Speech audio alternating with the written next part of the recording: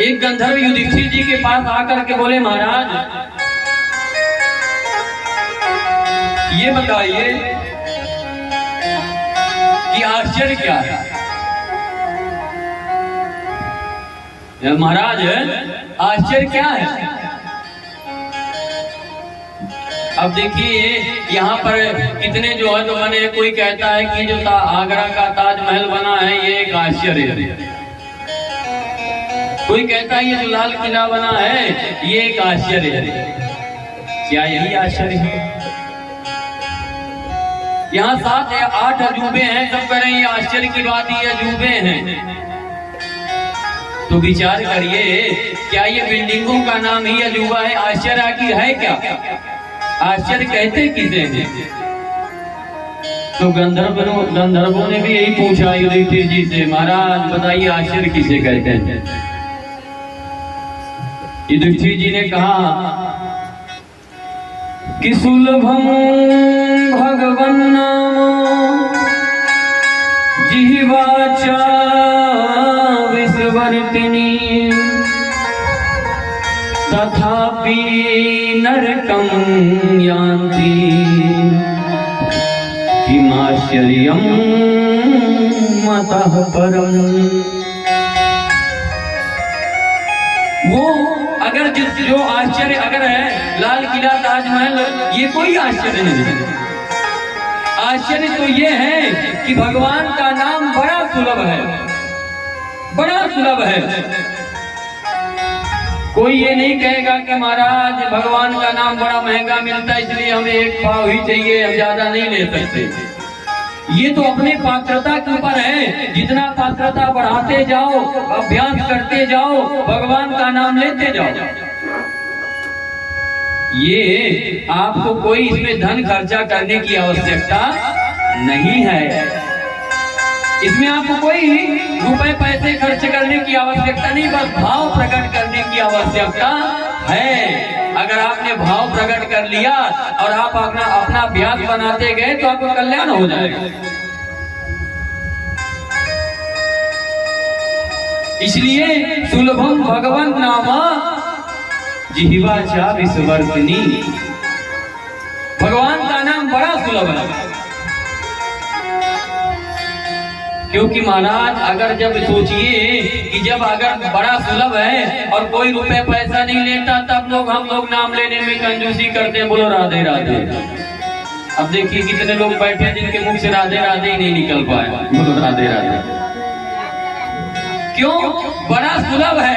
अब सोचिए कि जब भगवान का नाम इतना सुलभ है और जब पैसा नहीं लगता तब नाम लेने में इतना संकोच लगता है, तो पैसा लगता तो महाराज बड़े सोच समझ करके लेते कि अरे एक नाम साल भर में अगर ले लिए भैया बहुत है, नहीं खर्चा पैसा लग जाएगा। हाँ, एक भक्त हुआ, वो परम पूज्यपाद श्री हरिधर स्वामी के पास गया और जा करके कहता है, महाराज मेरा पूजा करने में तो बहुत मन लगता है, मैं सोचता भी हूँ कि पूजा करूँ, पर जैसे ही पूजा करने के बारे में सोचता हूँ और जहाँ सोचता हूँ कि खर्च बहुत लगेंगे तो दिल बैठने लगता है, इसलिए पूजा करना ही सोचता हूँ नहीं करना। अगर आपके पास कोई ऐसा उपाय हो कि पैसा भी खर्चा ना हो और हमारी पूजा भी हो जाए। श्री राधे। तो अगर आपके पास ऐसा उपाय हो तो कृपा करके बतलाइए। और आप कोई अगर ऐसी पूजा बताए कि जिसमें पैसा लगेगा तो महाराज माफ करना, अपन तो कोई पूजा करने से रहे, फिर पूजा करने वाले अपन नहीं है।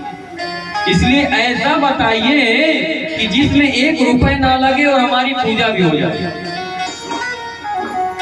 श्रीधर स्वामी कहते हैं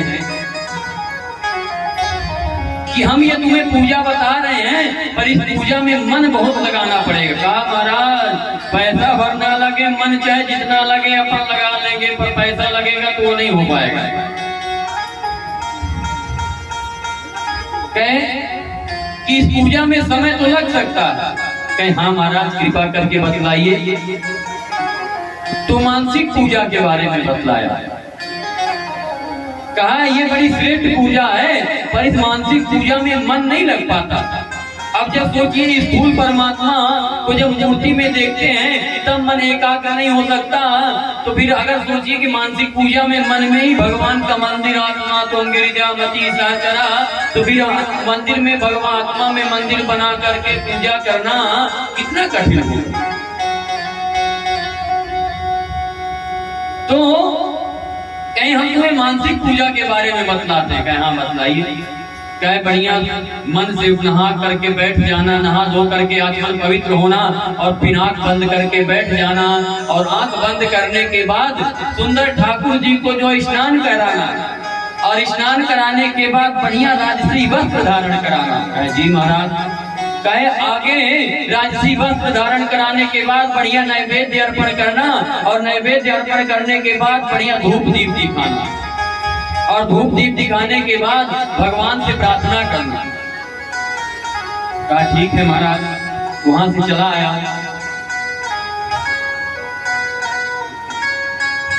वहां से चला आया और घर में आकर के आया, नहाया धोया, ध्यान लगा करके बैठ गया। अब जैसे संत जी बताए थे उसी प्रकार से पूजा करता था। तो क्या हुआ कि अब नहा करके बैठता, पवित्र होता, फिर भगवान को नहलाता, मन से ही आंख बंद करके भगवान को नहलाता, फिर बढ़िया राजसी वस्त्र धारण कराता, फिर बढ़िया भोग लगाता, और फिर बढ़िया धूप दीप दिखाता।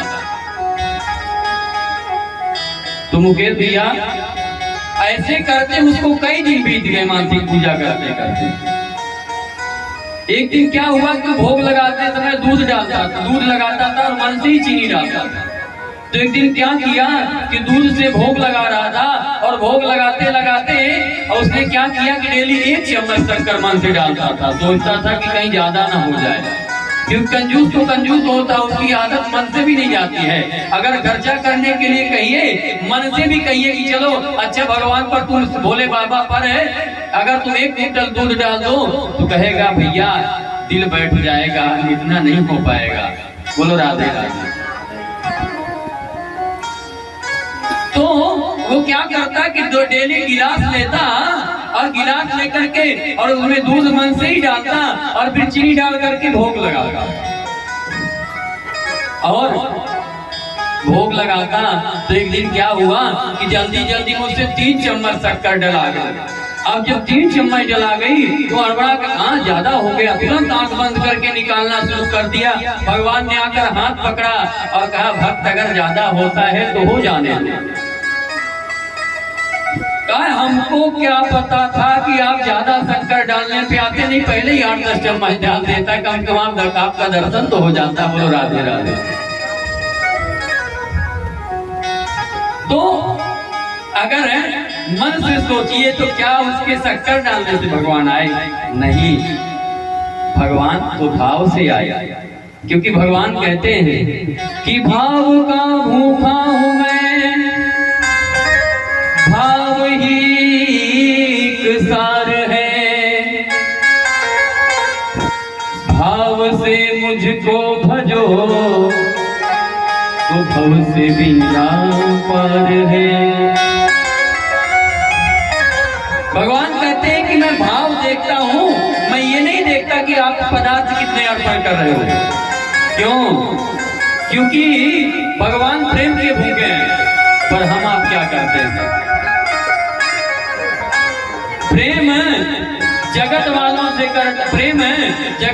से करते हैं और पदार्थ भगवान को अर्पण करते हैं, जबकि भगवान पदार्थ से भूखे नहीं है।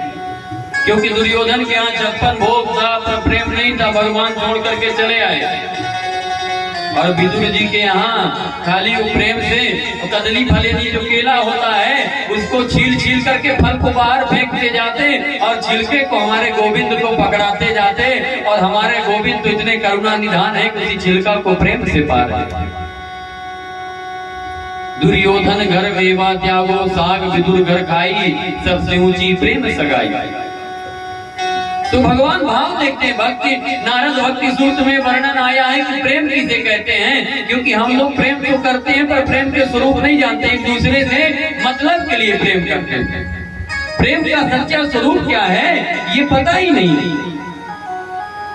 गुण रहितम कामना रहितम प्रतिक्षणम वर्धमाना। जो गुण जो रहित हो, कामनाओं से रहित हो, गुण से रहित हो, किसी कामना मन में शेष ना हो, कोई कामना शेष ना हो, सुखम सुखित्वम, वो अपने प्रिया प्रीतम के सुख में ही अपने सुख को देखते। ये नहीं कि मैं सुखी हूं, मेरे पतिदेव हो कि ना हो, इससे कोई लेना देना नहीं। बोलो राधे राधे। तो वास्तविक प्रेम हम लोग करना जानते ही नहीं। प्रेम क्या? हम लोग सभी एक दूसरे से स्वार्थ का प्रेम करते हैं। सुर नर मुन सबकी हरीति, स्वार्थ लाग करे सब प्रीति। तो हम लोग सभी लोग स्वार्थ से प्रेम करते हैं। और अच्छा, एक इस दुनिया वालों से प्रेम करते हैं जो प्रेम करना जानते नहीं है, क्योंकि एक को मनाता हूं तो दूजा रूठ जाता है। अगर एक से हम आपको मनाने लगे तो वो कहेंगे आपसे ज्यादा निकटता हो रही, इसलिए आप मेरे पास मत बैठो, आप उनके पास, उनके ज्यादा करीबी होता है। तो ये संसार है कि एक को मनाता हूं तो दूजा रूठ जाता है। तो इन सब को छोड़ करके हम सबको कोशिश करना चाहिए कि गोविंद को मनाने की कोशिश करना चाहिए। और वो परमात्मा जिस दिन मान जाएगा ना, तो जा पर कृपा राम की होई, और ता पर कृपा करें सब कोई। बोलो राधे राधे।